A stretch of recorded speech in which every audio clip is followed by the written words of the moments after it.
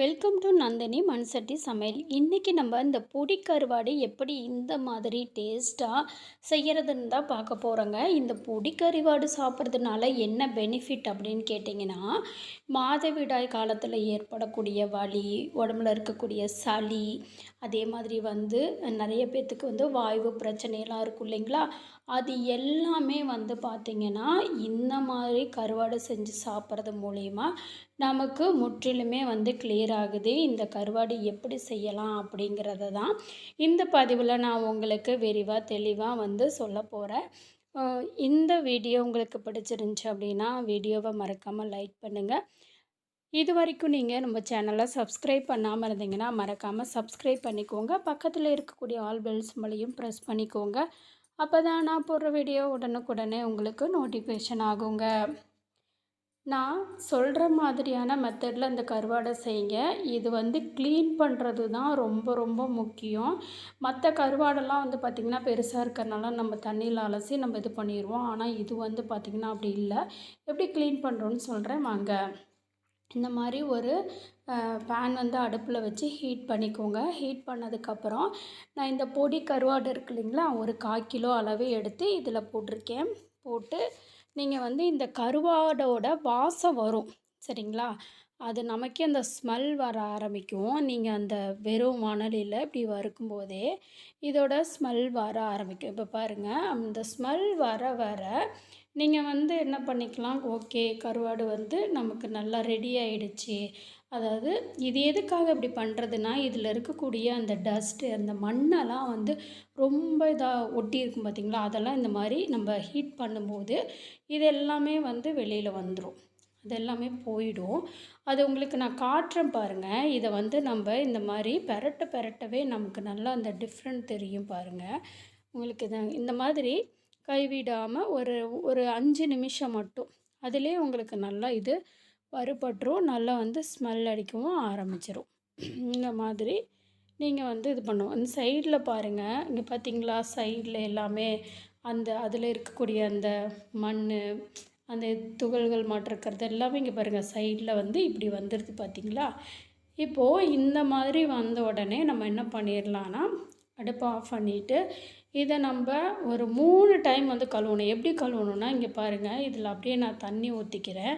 தண்ணி ஊற்றி நம்ம அரிசி கழுவுவோம் இல்லைங்களா, அந்த மாதிரி அரிசி கழுவுற மாதிரி என்ன பண்ணணும்னா, இந்த மாதிரி நல்லா கைவிட்டு நல்லா இப்படி நசுக்கி விட்டு அரிசி எப்படி கழுவுமோ அந்த மாதிரி கழுவணும். அப்போ தான் இந்த மாதிரி ஒன்றோட ஒன்று தேயும் போது அதில் இன்னும் இருக்கக்கூடிய அந்த மண், தூசி எல்லாமே வந்துடும். ஏன்னா அது பொடி கருவாடுங்கிறதுனால நிறைய குட்டி குட்டி மண்ணெல்லாம் இருக்கும். சாப்பிட்றதுக்கு ஒரு மாதிரி அப்புறம் நரன்னு ஆயிடும், சாப்பிடவே முடியாது. அதனால தான் இந்த அளவுக்கு சுத்தம் பண்ணுறதை பற்றி நான் சொல்கிறேன் உங்களுக்கு. இந்த மாதிரி கழுவிட்டு நிறைய பேர் அப்படியே வடிப்பாங்க. அப்படி வடிக்காதீங்க. இந்த மாதிரி கைகளில் இப்படி நம்ம எடுத்து வேற ஒரு தட்டிலையோ இதுலேயோ மாற்றி வச்சுக்கோங்க. இந்த மாதிரி ஒரு 2லேருந்து ஒரு 3 டைம் தண்ணி மாற்றி மாற்றி வாஷ் பண்ணிக்கோங்க. இதில் நான் வாஷ் பண்ணதுக்கப்புறம் கடைசியாக நான் காமிக்கிறேன் பாருங்கள். இதுக்குள்ளே குட்டியாக கல்லெல்லாம் கடந்துச்சு. நம்ம வெறும் சுடுதண்ணியில் மட்டும் போட்டோ இல்லை அப்படியே வேறு ஒரு பாத்திரத்தில் அப்படியே நம்ம கவுத்து விட்ருந்தோம்னா அந்த கல்லெல்லாம் போய் அப்படியே தேங்கிடும்.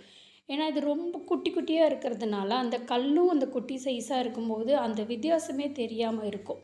அதனால தான் க்ளீன் ரொம்ப பர்ஃபெக்டாக பண்ணணும். இப்போ நான் உங்களுக்கு காமிக்கிற பாருங்கள், இதெல்லாம் டஸ்ட்டு பாருங்கள், கல் அந்த கருவாடு சைஸுக்கே இருக்குது இல்லைங்களா, அதனால் தெரியாது. நம்ம இப்படியே சமைச்சு சாப்பிட்டோம்னா நமக்கு என்ன ஆகும் யோசிச்சு பாருங்கள், நம்ம தெரியாமல் சாப்பிட்டுட்டா. இப்போது எப்படி செய்கிறதுங்கிறத மெத்தடை பார்க்கலாம் வாங்க. நான் அதே பேன் அடுப்பில் வச்சுருக்கேன். அது நல்லா ஹீட் ஆகட்டும். ஹீட் ஆனதுக்கப்புறம் நான் ஒரு 2 டேபிள் ஸ்பூன் அளவு எண்ணெய் சேர்த்துக்கிறேன். நான் நார்மல் ரீஃபைண்ட் ஆயில் தான் சேர்த்துருக்கேன். நீங்கள் விருப்பப்பட்டால் இதை நல்லெண்ணெயில் கூட செய்யலாம், நல்லா தான் இருக்கும். இப்போது எண்ணெய் நல்லா காஞ்சிருச்சு. இப்போ இதில் நம்ம பூண்டு சேர்த்துக்கலாங்க. இந்த மாதிரி ஒரு 5-6 பூண்டை நல்லா இடித்து சேர்த்துக்கோங்க. பெரிய வெங்காயம் 2 பொடியாக கட் பண்ணது இதோட சேர்த்துக்குங்க. 2 கொத்து கருவேப்பிலை சேர்த்துக்குங்க. சேர்த்து இதை நல்லா என்ன பண்ணுங்கன்னா, இந்த மாதிரி பெரட்டி விடுங்க. இந்த மாதிரி நல்லா பெரட்டி பட் ஒரு 5 நிமிஷம் பெரட்டினதுக்கப்புறம் இந்த தண்ணி நல்லா வடித்து வச்சுருக்கக்கூடிய இந்த கருவாடையும் இதோட ஒன்றா எடுத்து போட்டு இந்த எண்ணெயிலேயே நீங்கள் என்ன பண்ணணுன்னா இந்த மாதிரி வதக்கணும். இந்த மாதிரி ஒரு 5 நிமிஷம் வதக்கினதுக்கப்புறம் நம்ம மசாலா சேர்த்துக்கலாங்க. இப்போ நம்ம 1/2 ஸ்பூன் மஞ்சத்தூள், 2 ஸ்பூன் மிளகாய் தூள் சேர்த்துக்கிறோம். வேறு எந்த தூளும் சேர்த்துக்கல. நீங்கள் காரம் நல்லா சாப்பிடுவீங்கன்னா மிளகாத்தூள் இன்னும் கொஞ்சம் எக்ஸ்ட்ரா கூட சேர்த்துக்கலாம், தப்பு கிடையாது. உங்களுக்கு இந்த காரம் சுருக்குன்னு சில பேர் சாம்பார் சாதம், தயிர் சாதம் இதுக்கெல்லாம் காம்பினேஷன் சூப்பராக இருக்கும். இல்லை சாதத்தில் கூட வெறுமனே பெரட்டி சாப்பிட்லாம். அப்புறம் ரொம்ப முக்கியமானது உப்பு. ஒருவேளை அந்த கருவாட்டில் உப்பு சேர்த்துருந்தாங்கன்னா நீங்கள் உப்பு சேர்த்து தேவையில்லை. இல்லைன்னா உப்பு தூள் உப்பு சேர்த்துக்கோங்க. சேர்த்துட்டு இந்த மாதிரி கைவிடாமல் பக்கத்துலேயே நின்று கிளறி விட்டுட்டே இருங்க. இங்கே பாருங்கள், நல்லா இதுக்கு தண்ணியெல்லாம் எதுவுமே நீங்கள் தெளிக்க வேண்டாம். தண்ணி தெளிக்காமல் நம்ம வெறும் இதுலேயே அடுப்பை மட்டும் கொஞ்சம் கம்மி பண்ணிக்கோங்க. கம்மி பண்ணிவிட்டு இந்த மாதிரி நீங்கள் பரட்டி விடுங்க. இல்லைன்னா ஒரு 2 நிமிஷம் 3 நிமிஷத்துக்கு ஒரு வாட்டி அப்பப்போ இந்த மாதிரி பரட்டி விடுங்க. இப்போது நல்லா பரட்டி விட்டதுக்கப்புறம் இது நல்லா ட்ரை கண்டிஷ்னல் ஆகும். அதுதான் ரெடி ஆயிடுச்சு அப்படின்னு பாருங்கள், காமிக்கிறேன். இந்த மாதிரி ட்ரையாக ஆகும். இதுதான் நீங்கள் கருவாடை ரெடி ஆகிடுச்சு அப்படிங்கிறதுக்கான பதம். இந்த கருவாடை நீங்கள் வாரத்தில் ஒன்ஸ் சாப்பிடலாம், இல்லை 2 டைம்ஸ் சாப்பிட்லாம். நிறைய பேர்த்துக்கு வாய்வு பிரச்சனையெல்லாம் இருக்கும்.